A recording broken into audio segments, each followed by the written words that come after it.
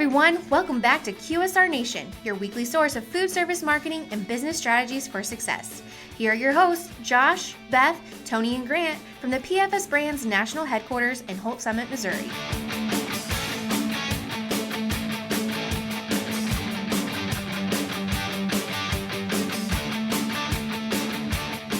Hey everybody, welcome back to QSR Nation. As always, we have Josh, Beth, Grant, and Tony here from the PFS Brands National Headquarters in Holt Summit, Missouri to talk about food service marketing and business strategies for success. Today, we're really thrilled to have David Lemley in the studio with us today, the Chief Strategist at Retail Voodoo. So welcome, David. Thanks for having me. I'm very excited to be here. Great. Now, could you tell us a little bit about your background and how you kind of got started and how you are where you are now? Sure. So I started working in brand and design many years ago and was fortunate enough to get to work with some of the biggest brands in the world. And that, after doing about 300 of them, I was inspired to start Retail Voodoo as a way to help kind of do-gooder brands influence change in the conversation around food and beverage and wellness and fitness. And so my vision was to bring world-class brand strategy and big picture marketing and design thinking to companies who were really intent on changing the world for the better. And when we started, it was kind of funny because we were seen, when we started Retail Voodoo, which was about 8 years ago, we were seen as crazies.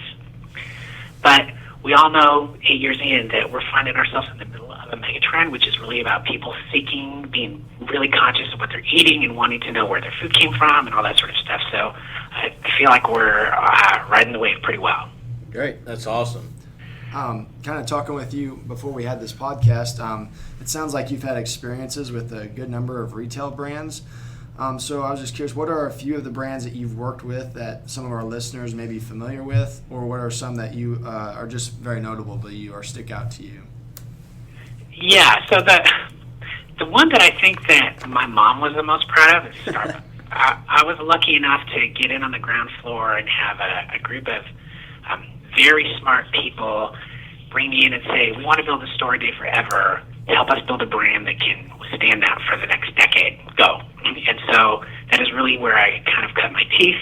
And then after that, I was fortunate enough to get to be brought into places like REI and the Home Depot and Nike stores and some others that you might be aware of. Awesome. Yeah. One thing I was going to mention about Starbucks, I know, and you might be able to speak to this a little bit, but one thing I've heard, they not only created a really good brand, but they kind of transformed the whole industry because, when they started entering some of the other cities around, the United States, they thought that they would knock out like the smaller mom and pop coffee shops. But what happened was it actually strengthened the coffee market, so it kind of was a win for the entire industry there. Can you speak to that at all? Sure. So I think, they were really on the forefront of that. What today we kind of consider coffee culture, they were really on the forefront of it, and at the time that they were getting serious about it, the only place that coffee culture really existed was in Europe and in the Middle East. So they brought kind of that European coffee house vibe and attitude about coffee, and were pretty quickly able to change particularly the American mindset around coffee, which used to be more like Folgers coffee at a diner. That was something that you just did to get energy, into an experience that became about culture and about self-identity and about kind of who you were. So they were able to do a couple of things. They made it so that no matter who you were, you could get into the club and feel like coffee was part of your culture. And that was the big move in that. It did have they came in at first, it really swept over, and they were able to go into major markets and disrupt it. And sometimes the mom and pops or the indie coffee shops did have difficulty, but most of them rebounded by becoming the not Starbucks, being even more unique, more about the coffee flavor, more about all of the things that a massive chain cannot do. Right. Yep. That's incredible. Okay, so David, for people that may be with a franchise, how would you recommend that they go about incorporating their personal brand with their business? Well, okay, so that's a really good question. And I have been kind of thinking about that, and I think that it's important to share my definition of brand first, because when I talk about personal brand, it's not the same as what the typical business definition is. I say that your brand is the promise that you make and the way in which you and your team go about keeping it. So it's that feeling that I have after I've had an experience with you that I keep in my heart and my mind, and the things that I'm going to say about you when you're not in the room afterwards, that's your brand. And so the rest of the stuff is identity and graphics and environment. So if I go to think about how I want to talk to somebody who's a franchise owner who wants to bring their personal brand in, I think that I would say a couple of things. First, I would say that franchises exist to establish consistency and to build that brand first, and they are there to make it so that it's consistent from location to location, whether that's across town or across the country or across the world. So that is why they are doing it, and they want their brand promise to be the same at every location. So back to the question of how do you incorporate your personal brand? It's not really like about customizing your signage or changing your wallpaper or changing your lighting or your flooring or anything like that. It kind of, when I think of that, it kind of reminds me of, have you guys ever seen the Seinfeld episode where Kramer adopts a highway? A long time ago, yeah. A very long time ago. Well, it's a good reference. So Kramer decides that he's going to, in his section of the highway, he wants it to be luxe and uber premium. So he goes in and widens the lanes from 5 to 3, and he's out there painting the lanes. And you can imagine what that did to the franchise of the highway. Yeah, taking a little too far there, the personal branding. Yeah. So I think you got to be really mindful of what is the master brand doing and how do you deliver on that. So if the company that you are the franchisee of is making a promise, and you are there to help deliver on that promise, the way to bring your personal brand into it is bring your personal value system in. So making sure that you are using whatever your definition of integrity and your definition of values are to help them deliver on their promise. And so that goes from everything for how you execute brand standards to the way you greet customers to how you train and how you treat your people. Well, that's great, because that's at the end of the day. I mean, the franchisee has to execute, and that's why I think having that personal brand, as far as how they, what actually, like you said, deliver on that brand promise is so key. So I mean, that can actually make or break a franchise too, depending on that consistency and that guest experience at the location. Yeah, I agree. I think it's very important.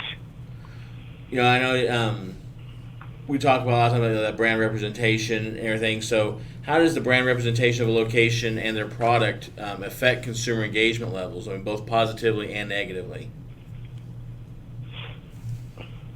Yeah, that's a good question as well. So I think that brand representation occurs in a few ways. I mean, the baseline is it's environmental, it's visual, it's about being inviting and warm, and making sure that whatever you're fixturing, your lighting, and your communication, and your cleanliness level all matches the expectation of the promise that the franchise or the master brand is making.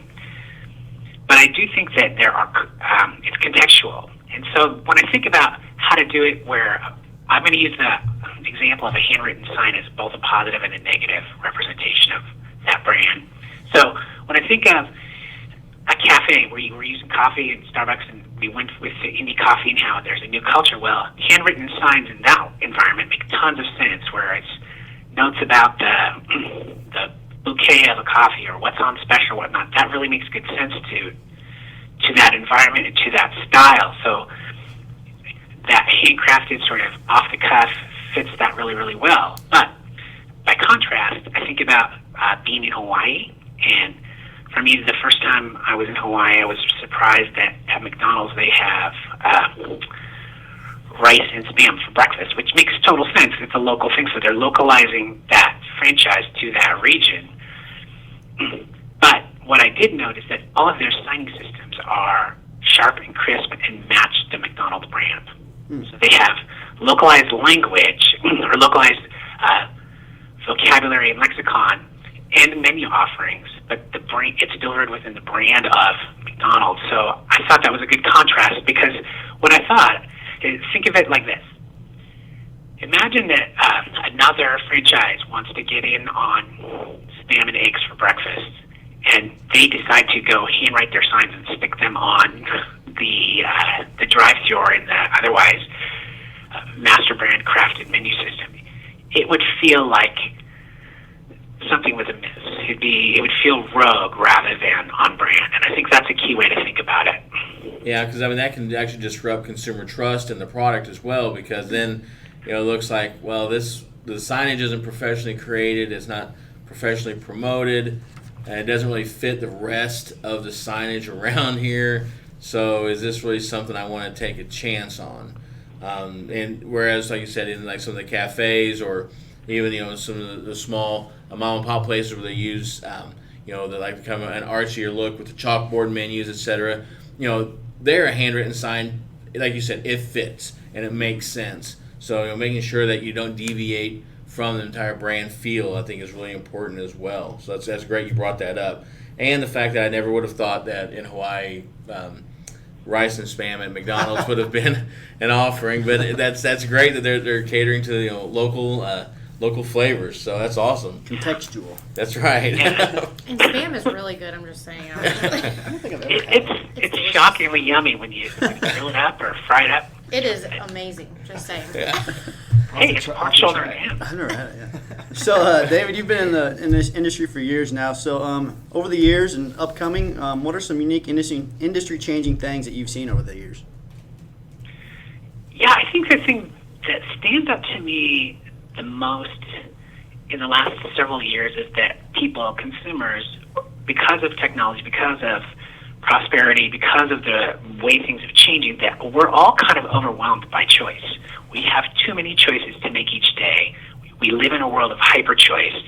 And so, as a result, we are tuning out a lot of message, and we're looking for places to belong, and we're also looking for pattern disruption, so that we're looking for people that don't want us to belong, or we're looking for brands that don't want us to belong, as much as we're looking for those that do. And so this is where I think that kind of human connection comes in, and to make sure that the opportunity for franchisee is to make sure that their employees and they themselves understand that their role is to help people feel like they belong to the brand that they are representing.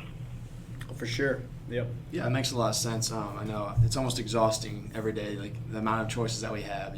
Just going out to lunch, sometimes it's hard to decide if you got a million options. I'd rather have someone just tell me where I'm going rather than try and make a choice. Yeah. Like Champ's Chicken. Yeah, Nice there you plug. go. That's a good choice. All right, so now we'll move into our quick 3 questions that we typically ask all of our guests on the show. So first one, David, what's one marketing or business trend you see for the next year going forward?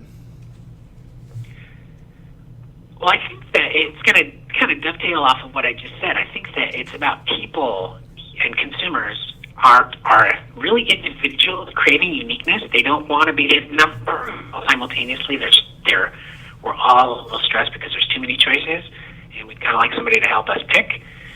Within that, they still want to be recognized as a human and be seen as having value, and as customers, that's a huge opportunity there. So, as I said before, there's choices out there, and there's so many opportunities for a brand or for customer service to not deliver, to not give us what we need as humans, or not give us what we need as a customer. So I think people are becoming more self-reliant, and that is kind of changing the culture. If you look at it again, I'm going to go back to Starbucks today now, though. If you go stand in a Starbucks, you see all those delicious little snacks they've got while you're queuing up to get in line to get your coffee. We have trained ourselves to automatically mistrust and flip over and read every label. And if you next time you're in a Starbucks watch, you'll see that is now normalized behavior. And I think it's because we're seeking things to trust in a world that people are less trusting. And I think that for brands and for franchisees and their employees, I think it's a really huge opportunity to connect with people, create great experiences, and make people feel like they belong to the brand, and that way they will be your word of mouth and your social media advocates. Yeah, it just goes back to what you said earlier about creating, that fulfillment of the brand promise, so they know they can trust you. Yeah, absolutely. And when you get that, people are going to brag about it. It's just human nature. Yep. Exactly right. Okay, so if you could recommend one business or marketing book, what would it be? This is a tough choice. But if I could recommend just a single business book, I would recommend The Experience Economy. It's written by a guy named Joe Pine and James Gilmore, and they are kind of the inventors of the entire experience economy. They invented it about 20 years ago. There's a new version of that book coming out this year, which is the 20th anniversary, so it's been updated. I have it on order myself because the old one is all thumbed through and I use it regularly. That's awesome. I'll check that one out. So, I mean, when you said the experience economy, they're just going around the entire, from walk in to walk out, looking at, the whole reason why I should come back. Is that what the book is kind of entailing about, or? Yeah, it's that. It's about creating experiences. So I think of it like this. People kind of are worried about this notion of there being a retail apocalypse. I'm sure you guys heard about that, talked about that. Yeah. This notion that, oh my gosh, retail is dying. Well, if you really look at the retail that is dying, it's only the resistant non-believers that it should be an experience. Because everybody else who's creating an experience and creating a reason for people to come in and share and belong and brag and think of like the stark contrast between, say, Sears and, say, basically, sorry, I lost my train of thought there. Between Sears and any other retailer, if you think of the ones that are thriving, like even Target, that it's about making sure that the people there, that the product assortment, that people are there to help you. And the brands that, meanwhile, there's this retail apocalypse is happening, but there are other brands that are growing like crazy. I think of American, an example of a brand that is growing like crazy because they have figured out how to connect with a younger audience and make them feel comfortable and make them feel like they belong to something. And so they are growing like crazy by comparison. Right. That's awesome. And kind of the spin off that, we're talking about, folks need to embrace that experience driven economy. What is one piece of advice that you would offer a new entrepreneur or someone getting ready to start a retail business? Doing only one is going to be tough. But I'd say the first thing, I can do two. I think the first thing is make technology your friend and realize that friend is going to run away all the time and grow up and get advanced and change on you all the time, but you still have to be really good friends with it. Because if you don't, in a franchise situation where if you invest in one set of technology and then don't do anything for a few years, it will be outdated, it will become a challenge, and then you'll have to be playing catch-up. The second piece of advice, I think, is really more about where my passion is, which is there's a difference between being a boss and being a leader. Absolutely. I could give one piece of advice to an entrepreneur getting into this. I would say commit to continuous learning. And I would go so far as to challenge yourself to read 10 books on leadership and business a year. Well, that's awesome. I know we always encourage our employee owners here to read a lot. We actually have book club and recognize the people who read the most books each month. We actually submit book reports on them and everything, and that we share through all of our 100 plus employee owners here at the company. And it's important to see that continuing growth aspect. Plus, you gain new perspectives, whether you agree with them or not. But you actually get an opportunity to be exposed to different leadership styles, different financial takes, different marketing trends, etc. So I know Josh, he's probably the biggest reader of the four of us. He reads so much, it's crazy. Yeah, he should be smarter than he is, Yeah. actually. But